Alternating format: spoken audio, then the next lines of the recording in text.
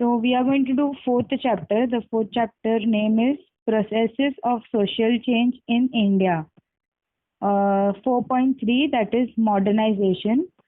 Modernization, the term modernization was coined by Daniel Leonard. When one uses the term modernization, it may be with reference to an individual or group, or even to society as a whole. There is often a tendency to think of modernization in economic terms. However, along with the reference to economic life, modernization can also be understood in the terms of social, technology, political, culture, education, and so forth. Modernization has led to changes in values, beliefs, and norms. Given below some definitions of modernization. अभी modernisation तो आपको पता ही होगा, हम लोग बोलते हैं ना मॉडर्न मॉडर्न, ये तो मॉडर्न कल्चर है वगैरह, तो वो ही मॉडर्नाइजेशन है। पर पहले क्या होता था, मॉडर्नाइजेशन मतलब हम सिर्फ पॉलिटिकल में बोलते थे कि कुछ मॉडर्न हुआ, कुछ हम लोग ने दूसरे का अपनाया। मतलब हम लोग का जो पॉलिटिकल भी हम लोग ने जो स्ट्रक्चर बनाया ना, वो हम लोग का आइडिया नहीं है, हम लोग ने दूसरे लोगों से लिया है। आप लोग को अगर पॉलिटिकल साइंस होगा तो आपको पता होगा कि हम लोग ने हमारा जो कॉन्स्टिट्यूशन भी बनाया है ना, वो हमने दूसरे कंट्रीज से थोड़ा थोड़ा पार्ट के आइडियाज लेके हमने हमारा बनाया। तो हमने मॉडर्नाइज किया, मतलब एक हमारा कॉन्स्टिट्यूशन मॉडर्नाइज किया। पर अभी क्या है कि मॉडर्नाइजेशन हम इसको बोल सकते हैं सोशल लेवल पे भी, जैसे हमारा कल्चर मॉडर्न हो गया है, हमारे कपड़े पहनने का ढंग मॉडर्न हो गया है, और हमारा बिलीव जो है, मतलब पहले लोग क्या बिलीव करते थे, हम अभी क्या करते हैं, बहुत कुछ चेंज हो गया है। तो वो ऐसा हो गया है कि अब हम सोशल लाइफ में भी मॉडर्नाइजेशन को देखते हैं, और ईच स्टेप पे दिखता है, मतलब कुछ भी हो, कॉलेज लाइफ हो, एजुकेशन हो, एक्सेट्रा एक्सेट्रा। अभी डेफिनेशन सिर्फ मैं पढ़ रही हूँ कि जो बड़े बड़े जो सोशियोलॉजिस्ट हैं उन्होंने मॉडर्नाइजेशन का डेफिनेशन क्या दिया है। Daniel Lerner, modernization is a current term of an old process of social change whereby less developed society acquire the characteristics common to more developed societies. Rustow and Ward ने बोला है, modernization is the application of modern science to human affairs. Alitas, modernization is a process by which modern scientific knowledge is introduced in the society with the ultimate purpose of achieving a better and satisfactory life in a broadest sense of term as accepted by the society concerned. उसके बाद ये तो सिर्फ वो लोग ने definition बोला है कि क्या वो लोग को लगता है, वही है कि वो लोग ने घुमा फिरा के वही बोला है कि मॉडर्नाइजेशन मतलब ऐसा कुछ अचीव करना, ऐसा कुछ चीज करना जो पहले से बेहतर हो, मतलब और कुछ अच्छा करना, डेवलप करते जाना खुद को या सोसाइटी को या ग्रुप को, इंडिविजुअल, सब कुछ आता है उसमें। फिर अभी कैरेक्टरिस्टिक्स ऑफ मॉडर्नाइजेशन, अभी ये भी इम्पोर्टेंट है, मतलब क्वेश्चन में आ सकता है what are the characteristics of modernisation. तो आपको 5 है, वो पांचों लिखने पड़ेंगे। हाँ। तो फर्स्ट है scientific temperament. This refers to the development of a scientific way of understanding and explaining any phenomena. This may come from an education that is based on scientific methods and an emphasis on the needs for empirical evidence is support of given argument. Scientific temperament मतलब change in scientific method। तो ये तो हमें modernisation जब पता है, हमें तो हमें पता है कि मॉडर्नाइजेशन अगर साइंस में हुआ तो वही होगा कि साइंस का डेवलपमेंट, तो उस हिसाब से भी वो लोग ने कैरेक्टरिस्टिक्स बताए। फिर आता है rational outlook. This is linked to the notion of rationalism, the approach and the ability to provide logical explanation for any phenomena. Scientific reasoning explain cause of relationship, cause and effects between factors. There is a shift to secular and rational values from spiritual and religious values. फिर third आता है हमारा technological advancement. Several definitions of modernization tend to emphasize on the fact of advancement in the use of technology, which in turn is a characteristic of industrial societies. It calls for precise technique and specialized skills and accuracy. मतलब technology का advance में मतलब आपको पता है कि पहले के टाइम पे कुछ मशीन्स वगैरह भी नहीं थे, कुछ भी नहीं था। मतलब अगर फार्मर्स का भी देखें तो पहले वो लोग को सब कुछ जो था वो फिजिकल मीन से करना पड़ता था। अभी क्या है कि आप देखोगे कितने ट्रैक्टर्स, कितने नए नए इक्विपमेंट्स, मशीन आ गए, तो वो हमारा टेक्नोलॉजिकल डेवलपमेंट हुआ कि हम उसको एक चेंज, हम लोग ने कुछ चेंज लाया है उसमें, या कि उसको एकदम स्पेशल स्किल्स के लिए यूज किया है, या एक जो भी हो सकता है वो, बट टेक्नोलॉजी से रिलेटेड। फिर ओपननेस टू न्यू आइडियाज, अब ये भी बहुत इम्पोर्टेंट है, बिकॉज ये अगर है तो ही हम बाकी सब एक्चुअल में कर ले सकते हैं हमारे अंदर। Openness to new idea, there is a willingness to receive new ideas, examine alternatives, find new pathways to explore creative ways to solve problems. Being modern cannot be limited to only use modern device or gadgets. अब मैंने अभी आपको बोला कि openness, मतलब अगर openness नहीं है ना तो हम कुछ भी अडॉप्ट नहीं कर पाएंगे, लाइफ में कुछ भी आएगा नया तो अगर ओपननेस ऑफ आइडिया है ना, अभी यहाँ पे जिनको साइकोलॉजी होगा उनको ये शायद टर्म पता होगा, ओपननेस वाला। तो ओपननेस मतलब हम जो हमारे सामने आता है, चैलेंजेस, आइडियाज, ओपिनियंस, वो हम उसको ओपन माइंड में एक दिमाग में मतलब उसको यूज करें। ऐसा नहीं कि नहीं ऐसा नहीं होना चाहिए, मतलब पहले के ज़माने में ही रहते, अभी कुछ नया कुछ हो रहा है उसको अडॉप्ट नहीं करते, तो उससे कुछ फ़ायदा नहीं होगा। कि गैजेट मतलब स्मार्टफोन वगैरह आके भी फ़ायदा नहीं है अगर हमारा माइंड सेट ही पहले ज़माने का है तो।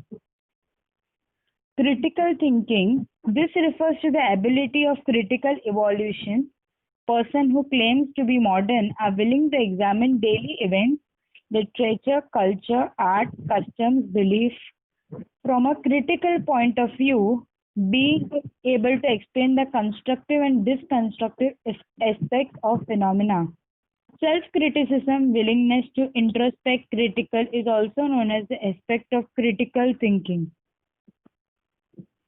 क्रिटिकल थिंकिंग मतलब क्रिटिकल से ही आपको याद आता है एकदम बारीकियों में, मतलब हम सोचते हैं कि ऐसा होगा, बट हम किस हिसाब से उसको सोचते हैं, किस हिसाब से वो कल्चर, वो लिटरेचर, डेली लाइफ इवेंट जो भी है, वो किस हिसाब से हम वो क्रिटिकल पॉइंट ऑफ व्यू से देखते हैं, वो भी एक कैरेक्टर है मॉडर्नाइजेशन का। क्योंकि ये सब मिल के ही हमें एक मॉडर्नाइजेशन का टर्म मिलेगा, वरना एक भी चीज अगर इधर से उधर हुई तो हमें एक्चुअल में समझ में नहीं आएगा मॉडर्नाइजेशन है क्या।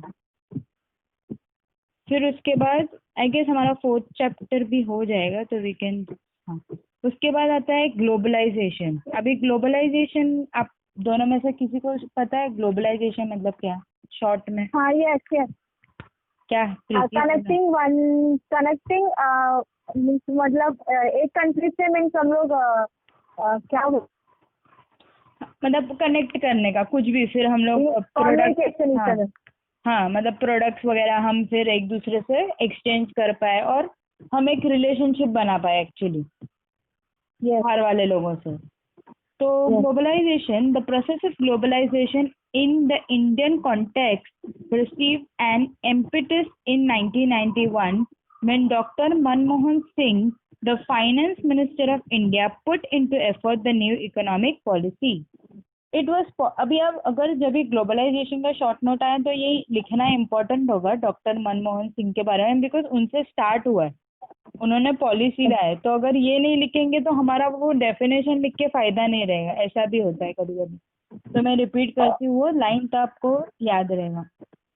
The process of globalisation in Indian context received an impetus in 1991 when Dr. Manmohan Singh, the then finance minister of India, put into efforts the new economic policy. It was popularly called the LPG policy. Liberalisation, privatisation and globalisation. और ये तीनों term है वो important है, liberalisation, privatisation, globalisation. वो उसने वो policy लाई थी जिसमें उसने न्यू पॉलिसी को कंसिडर किया था। It is a process that it is a process that opened up the skies for Indian economy.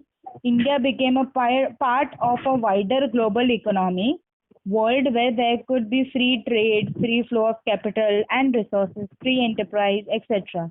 This economy brought in much skepticism and criticism.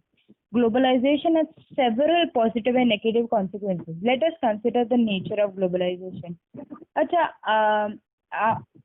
आप दोनों में से कोई भी एक एक नेगेटिव और पॉजिटिव पॉइंट्स बोल सकता है ग्लोबलाइजेशन, क्यों होना चाहिए और क्यों होना नहीं चाहिए था?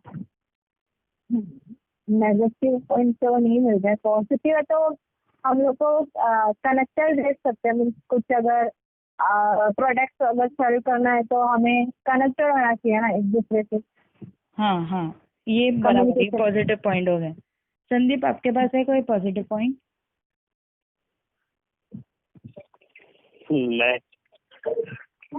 अच्छा, तो यहाँ पे इतना कुछ बताया नहीं है पॉजिटिव नेगेटिव, बट अगर आपको ग्लोबलाइजेशन कुछ बराबर से समझना है ना, तो ग्लोबलाइजेशन का पॉजिटिव पॉइंट ये था कि हम दूसरों के साथ रिलेशनशिप करने वाले हैं। हमारा इंडिया का इकोनॉमी बढ़ेगा, बिकॉज हम लोग को पता है ना कि बाहर के डॉलर्स और बाहर के पैसे की वैल्यू ज़्यादा है, तो हमें उस हिसाब से पैसे मिलेंगे बिकॉज हम इंडिया में वो प्रोडक्ट्स को लाने दे रहे हैं। दूसरी चीज, बाहर के लोग यहाँ पे मार्केट सेटअप करेंगे तो वो शायद वो लोग का क्वालिटी या वो लोग की चीज अलग होगी तो लोग अट्रैक्ट हो गए, तो उसके हिसाब से वापस इंडिया का इकोनॉमी बढ़ेगा। मतलब पॉइंट इस पे ही आता है कि इंडिया का इकोनॉमी बढ़ने का चांसेस ज्यादा है।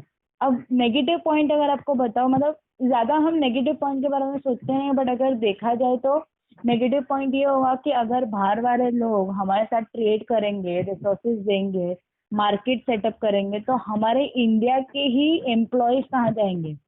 मतलब वो लोग कुछ सेटअप नहीं कर पाएंगे ना, बिकॉज अगर हम स्मॉल स्केल पे करते हैं, हम हैंड मतलब कुछ हाथ का मतलब हैंडीक्राफ्ट वगैरह बनाते हैं, पर ऑलरेडी बाहर वाले लोगों के पास अच्छे अच्छे मशीन्स और वो लोग उससे बेहतर डिजाइन में बना रहे, तो इंडिया का वैसे भी कोई प्रोडक्ट नहीं लेगा ना। आप देखते हो हमारे पास घर पे ज्यादा से ज्यादा चीजें या तो फिर मेड इन चाइना है या कोई भी दूसरी कंट्री का है, मेड इन इंडिया का बहुत ज्यादा कम है। मतलब वो डिफरेंस हो जाता है कि हेलो दीदी। हेलो, आवाज नहीं आ रहा है मेरा? हाँ अभी आ रहा है, मेरे सोचा कट हो गया फिर। नहीं नहीं, हाँ तो ओके। तो आपको कहाँ तक मतलब सुनाई दिया, नेगेटिव पॉइंट समझा? हाँ हाँ, तो यही कि दोनों तरफ से देखा जा सकता है, इसके लिए इसको बैलेंस करना ही बहुत ज़रूरी था। पर ये कभी कभी बैलेंस होता है, कभी कभी नहीं होता। आपको पता है कि लोग एक्सप्लॉयटेशन, लोग इकोनॉमी को बढ़ाने के लिए कुछ भी कर सकते हैं, तो वो बहुत सारे अदर फैक्टर्स आ जाते हैं, वो तो इतना डीप में नहीं जाएंगे। बट ये पॉइंट इम्पोर्टेंट है, जब आप ग्लोबलाइजेशन लिखोगे तो आपको दोनों नेगेटिव और पॉजिटिव पॉइंट करना लिखना इम्पोर्टेंट रहेगा, तो उनको लगेगा कि आपको समझा है एक्चुअल में answer.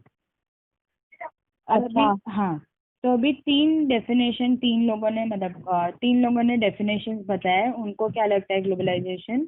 First is Martin Albrow and Elizabeth King. Globalization refers to all those processes by which people of the world are incorporated into a single world society. And Anthony Giddens ने बोला है globalisation can be defined as the intensification of world wide social relations which link distant locality in such a way that local happenings are shaped by events occurring many miles away and vice versa. Ronald Robertson ने बोला है globalisation is the compression of the world and the intensification of the consciousness of the world as a whole. मतलब हमें पता है कि world एक नहीं है, मतलब हम सब अलग अलग है, बट ग्लोबलाइजेशन एक बैक ऑफ द माइंड हमारे दिमाग में ये लाता है ना कि ये एक प्रोडक्ट हम ग्लोबलाइजेशन कर रहे हैं तो वो एक प्रोडक्ट पूरे वर्ल्ड में घूम रहा है, मतलब एक वर्ल्ड पूरा एक सोसाइटी बन गया है only on the basis of globalisation, nothing else, nothing related to caste culture, but only related to globalisation. अगर हम सोचे तो ऐसा back of the mind, not in reality. हाँ। फिर उसके बाद आता है characteristics of globalisation. First is liberal principle. The principle of laissez-faire is an integral aspect of globalization as a process of change. In the economic context, it's referred to opening up the economy to private players. This is called the process of liberalization. Such a process brought together from all walks of life. अभी lazy fair actually बहुत economic term है, मतलब आप economics में अभी तो नहीं आया होगा आप लोगों को, बट हम लोग को अभी है, मतलब डिग्री कॉलेज में ये आएगा, इसका बहुत कुछ आएगा जिनको इकोनॉमिक्स है. Lazy fair, the term originally is a French term which literally translate as led to. In context of economics, the term has come to mean free trade and free competition. It's doctrine that opposes government. Lazy fair अगर आपको बताओ ये term, क्योंकि हमें mention करना compulsory रहेगा जब आप अगर कैरेक्टरिस्टिक ऑफ ग्लोबलाइजेशन पूछा होगा. लेजी फेयर ऐसा कि अगर हमारी प्राइवेट मार्केट है या हमारी मार्केट है तो हमें फ्रीली वहाँ पे मतलब करने दो जो भी हमारा है, हमारा सेलिंग या जो भी रहेगा, without any interference of government. मतलब गवर्नमेंट बीच में नहीं आएगी ऐसा, क्योंकि गवर्नमेंट बीच में आएगी तो वो बहुत अलग हो जाता है. फिर गवर्नमेंट सोचती है कि हम पब्लिक का. दीदी मैं नहीं समझी, मतलब lazy fair is a term जहाँ पे अभी सोचो आप अगर कुछ फ्री ट्रेड कर रहे हो, मतलब प्रीति कुछ बेच रहे हैं और संदीप कुछ बेच रहा है, तो संदीप और प्रीति जो बड़े बड़े जो इंडस्ट्रीज हो गए वो एक दूसरे के साथ फ्री ट्रेड कर सकते हैं. शायद संदीप कलर्स दे रहा होगा तो प्रीति इज गिविंग कपड़े कुछ दे रहे हैं, तो मतलब क्या दोनों को काम आएगा, कपड़े कलर्स के लिए काम आएगा और कलर्स के लिए कपड़े यूज हो, मतलब हम लोग कुछ बना सकते हैं ना दोनों चीज को मिला के. हाँ. और इसमें गवर्नमेंट इंटरफेयर नहीं करते, मतलब गवर्नमेंट प्राइस नहीं रख सकता, हम खुद से प्राइस इसका रखेंगे क्या रहेगा वैसा ना. हाँ, मतलब आप दोनों फ्री ट्रेड कर रहे हो, आप एक अपनी इंडस्ट्रीज चला रहे हो, और अगर कुछ होता भी है तो गवर्नमेंट बीच में नहीं आ पाएगी आपके, क्योंकि आपको पता है ना गवर्नमेंट हमेशा बीच में आती है कोई भी इंडस्ट्रीज को शायद रोकने में या वो मतलब कुछ चेंजेस लाने में कि ये नहीं चल रहा है वो नहीं चल रहा है, पर वो नहीं होना चाहिए. That is the meaning of laissez faire कि there should be no intervention of government, they should only be private. Okay. फिर आता है सेकेंड पॉइंट. ये अभी है ना एक्चुअली लेजी फेयर आपको लिखने का नहीं है उधर कि क्या डेफिनेशन है, बट इसको मेंशन करना पड़ेगा. अगर ये कैरेक्टरिस्टिक्स आपको लिखना पड़ेगा लिबरल प्रिंसिपल में लिख के. Liberal is related to freedom ना, तो आपको फ्रीडम में होना चाहिए, बस यही आपको टर्म लिखना है. और लेजी फेयर का वर्ड याद रखना है, लेजी फेयर. हाँ, LAISSEZ और FAIRE फेयर. लेजी इकोनॉमिक्स दिखाना है लेजी फेयर. हाँ, आपको जिनको मेरे को नहीं है. हाँ, शायद संदीप को है, सिर्फ 2 जन को ही है आई गेस अपने क्लास में, तो उनको रहेगा ही laissez faire. Laissez faire. Okay. हाँ. फिर सेकंड आता है private enterprise. Privatization is an allied process that accompanies globalization. It is a process where services which were previously subjected to government control were opened up for private service providers in the field of healthcare, insurance, radio, television, education, etc. ये तो बहुत easy है कि हमारा privatisation, ये TV वगैरह मतलब सब टेक्निकल की चीज़ है, रेडियो, इंश्योरेंस, ये सब प्राइवेट चीज़ है, ये सब अपने अपनी कंपनी और हॉस्पिटल वगैरह पे डिपेंड करता है, तो वो कैसे होता है वगैरह. फिर थर्ड आता है profit motive. One of the main motive of privatization is to make profit. With globalization, there has been a sharp increase in the competition in every field. There are more opportunities and options available to aspiring individuals. It has encouraged many service providers to indulge in profiting. For example, numerous services. Okay. Profit motive भी एक बहुत important point है कि हमारा globalisation मतलब दूसरे लोगों के प्राइवेट इंडस्ट्री सेटअप होना वगैरह, तो वो लोग पहले ग्लोबलाइजेशन इतना नहीं था, मतलब जो स्टार्ट हुआ था लोगों एक दूसरे पे ट्रस्ट करने लगे थे कि हाँ हम कर सकते हैं मार्केट इंडिया में, इंडिया वाले बाहर जा सकते हैं। बट अभी कुछ ज्यादा बढ़ गया है। अब देखोगे कि यहाँ पे जो प्रोडक्ट मिलता होगा वो वहाँ पे मिलता ही है, और वहाँ पे जो है ये यहाँ पे मिलेगा ही आपको। तो वो इतना कंपटीशन बढ़ गया है, और हमारा मेन मोटिव प्राइवेटाइजेशन का ये है कि हम प्रॉफिट्स बनाएं। जब जहाँ पे गवर्नमेंट ने, वहाँ पे प्राइवेट इंडस्ट्री से प्रॉफिट बनाती है। पर ग्लोबलाइजेशन की वजह से प्रॉफिट का थोड़ा मार्जिन डाउन हो गया है, बिकॉज सभी आ गए ना कंपटीशन में। तो सभी प्राइस हाँ बढ़ाते जाएंगे जाएंगे, पर कोई खरीदेगा ही नहीं। हम कंज्यूमर्स है ना, पर हम कंज्यूम नहीं करेंगे बिकॉज हमें इतना महंगा चाहिए ही नहीं ना वो चीज़। या तो फिर हम उसके सब्स्टिट्यूट में देखेंगे कि ये नहीं तो ये कंपनी ले लेंगे, 10 रुपए इसके कम है। तो पर उसका प्रॉफिट तो होगा ही, वो जो 10 रुपए कम में दे रहा है, बिकॉज उसने तो अपना प्राइस थोड़ा ज्यादा ही रखा होगा ना अपने मैन्युफैक्चर से। पर वो जो 10 रुपए बढ़ा के कर रहा है कि हाँ 10 रुपए और प्रॉफिट मिल जाएंगे, उसका प्रोडक्ट बिकेगा ही नहीं, बिकॉज उसको लगेगा कि दूसरी कंपनी आ गई है कंपटीशन में। फिर आता है marketisation. Globalization also led to an increase in production. This is the led to large scale marketization. For example, if one goes to large shopping market, you will find rows and rows of the product of wide range. Large scale market. Globalisation को भी marketisation बोल सकते हैं। Globalisation मतलब उसमें कुछ भी हो सकता है, गवर्नमेंट हो सकता है, प्राइवेट हो सकता है, मार्केट हो सकता है। तो ग्लोबलाइजेशन के अंदर मार्केट आता ही है। ओके। हाँ, क्योंकि ग्लोबलाइजेशन तो हम जब दो गवर्नमेंट बात करें कि हाँ हम लोग करते हैं ट्रेड, फिर धीरे धीरे कंपनीज बात करती है हाँ हम लोग करते हैं ट्रेड, तो वो सब कुछ ही आ जाता है उसमें ग्लोबलाइजेशन। अच्छा। मार्केटाइजेशन में large scale market has provided people with option to choose from it. आपने देखा होगा मार्केटाइजेशन में, आप एक मॉल में जाते हो या एक स्टोर में जाते हो तो आपको एक टी शर्ट के 10 कलर मिल जाएंगे, फिर कोई भी हो। तो वही है कि अभी लोग इतना कुछ हमारे बिहेवियर, मतलब हमें क्या चाहिए उस हिसाब से प्रोड्यूस करने लगे कि हमें ये कलर चाहिए, ये कलर थोड़ा लाइट चाहिए, तो हम कुछ भी मांगे हमें मिल जाता है most of the time. Sizes हो या कलर्स हो या डिजाइन हो, तो यही लिखा है कि मार्केट इंडस्ट्री बहुत बढ़ गई है। बहुत कुछ लोग अपना अपना प्रोडक्ट मार्केट करने लगे हैं अलग अलग वेराइटी में। फिर आता है interdependence. You have heard the term global economy. How has it affected us all? It has made all the people and nature interdependent. We have numerous examples of a part of the product being manufactured in one country and assembled far places. अभी ये interdependent का भी है। आप देखोगे कि हमारा जो स्मार्टफोन है वो एक ही बाजू असेंबल नहीं होता, मतलब एक ही बाजू नहीं बनता है।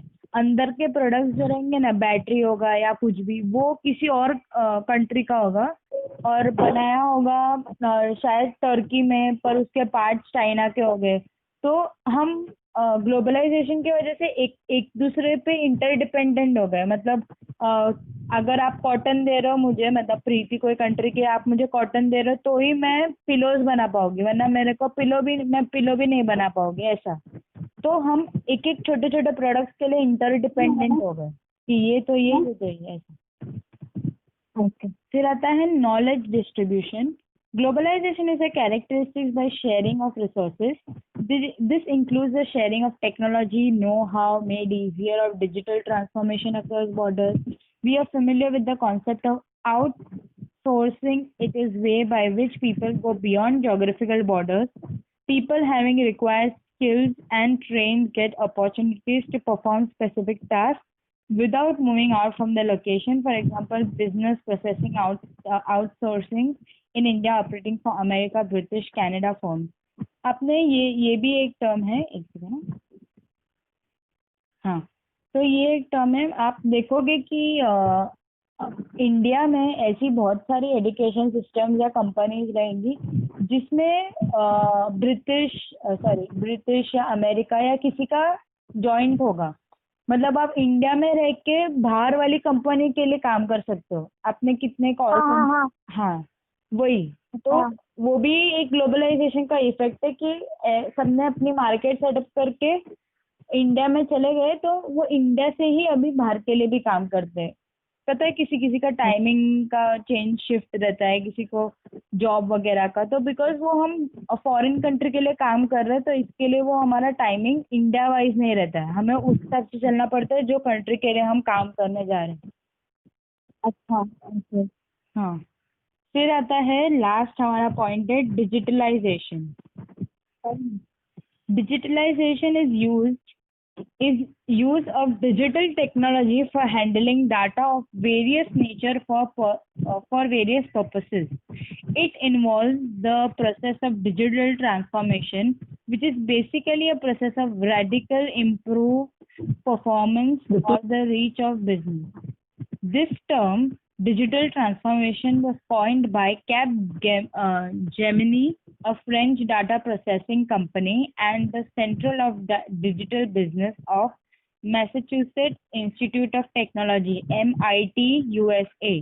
This includes overhauling the processes, operation, customer relationship. Digitalization मतलब वही कि हमारा सर्विस, हमारा cashless service, online transaction, citizen identity, government का सब ऑनलाइन, टेलीकॉम, आपने टेलीकॉम वगैरह सुना होगा, तो ये सब हमारा डिजिटलाइजेशन हो गया। हम कितना डिजिटल हो गए वगैरह। ओके, तो हाँ, तो इसमें आते हैं हम डेफिनेशन दिए दो जन ने इसके। Digitalisation is the integration of digital technology into everyday life of digitisation of everything that can be digitise. मतलब इतना डिजिटलाइज यूज किया है कि मतलब वो बोलना चाहते हैं कि कुछ भी टेक्नोलॉजी जो डिजिटलाइज हो सके हमारा। ब्रेनी एंड क्रीस ने बोला है digitalization is the way in which many domains of social life are restricted around digital communication and media infrastructure. Gartner ने बोला है The person you are speaking with has put your call on hold. Please stay on the line. ज्या व्यक्तीशी आपण बोलत आहात त्याने आपला कॉल होल्डवर ठेवला आहे, कृपया लाइनवर रहा। आप जिस व्यक्ति से बात कर रहे हैं उस होल्ड। अरे यार संदीप का हो गया था, मैंने कट किया और उसका होल्ड गया, रुको वापस कर दो।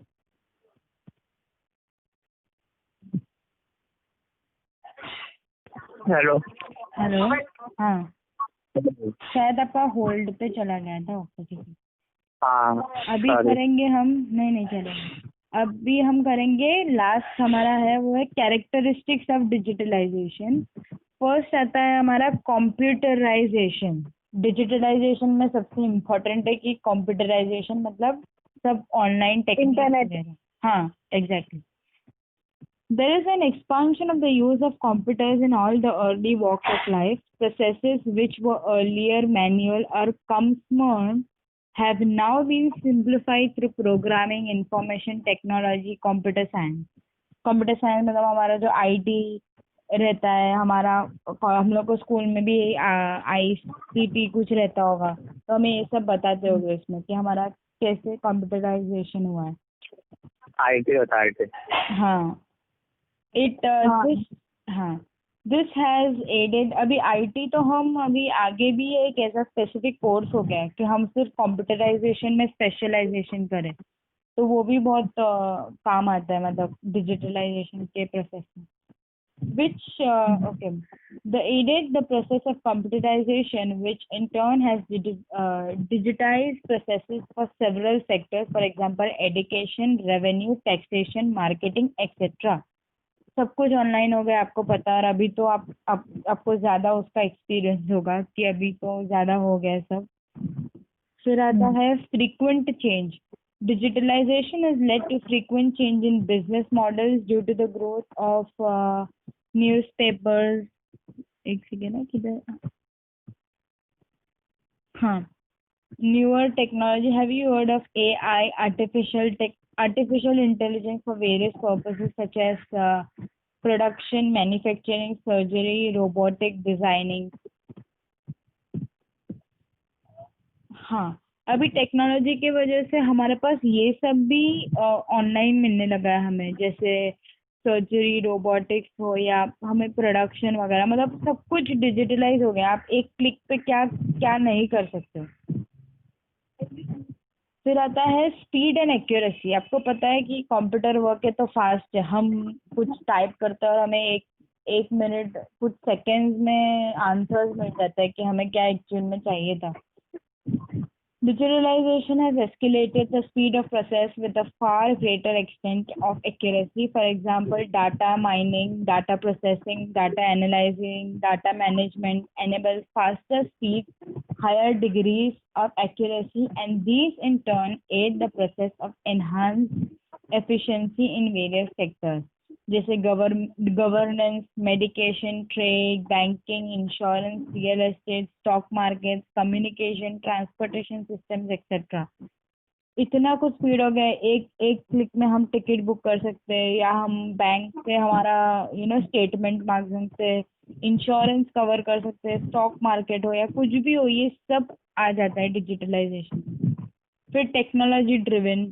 Needless to say, digitalization is the base on technology, innovation, research, development. You might recall the day when one used 386 and 486 microprocessors in 1980s. And today we talk fifth generation microprocessors. In the world of mobile technology, one is shifting to 5G technology. हमारा जो speed है ना 5G, पहले तो इतने कम में वो लोग करते थे, अभी तो हमारे पास 4G है, 5G है, ये सब करने के लिए। फिर आता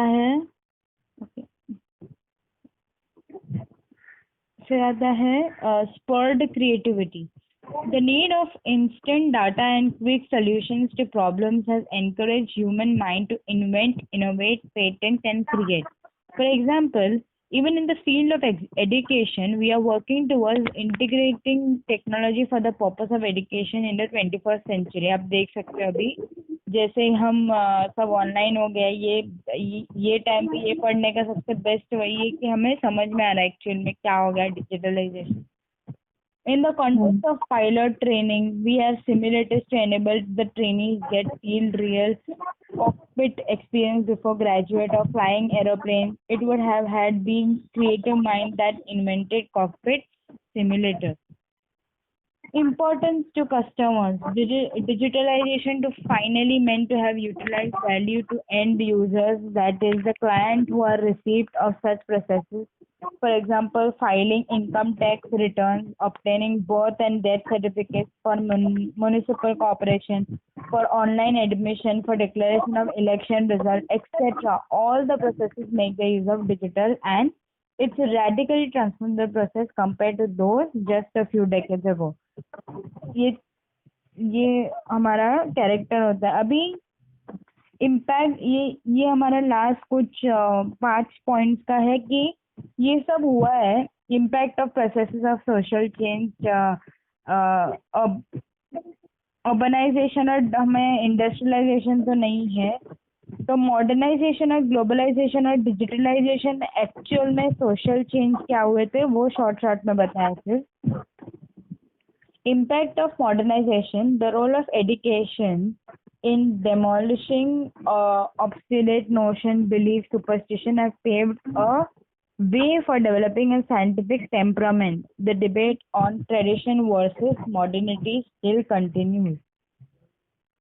यही मॉडर्नाइजेशन में यही बताया कि हमारा एजुकेशन के सिस्टम की वजह से जो पहले के ज़माने की सोच थी वो हमारी डिक्रीज हो गई है। हम कुछ और हमारी लाइफ में सोचने लगे और बहुत कुछ अडॉप्ट करने लगे। Impact of globalisation in post 1991 India, the impact of world economy on Indian society has brought numerous changes too. India is now an integral part of the global economy. Globalization has led to the crisscrossing between nations in terms of knowledge, technological export, know-how, human resources, etc. We are beset with positive and negative impact of globalization. Globalisation का यही कि हमने हमारे knowledge, technology, ये सब एक दूसरे से शेयर किया है। Impact of digitalisation, This is also the era of computerization and digitalization. The impact of change resulting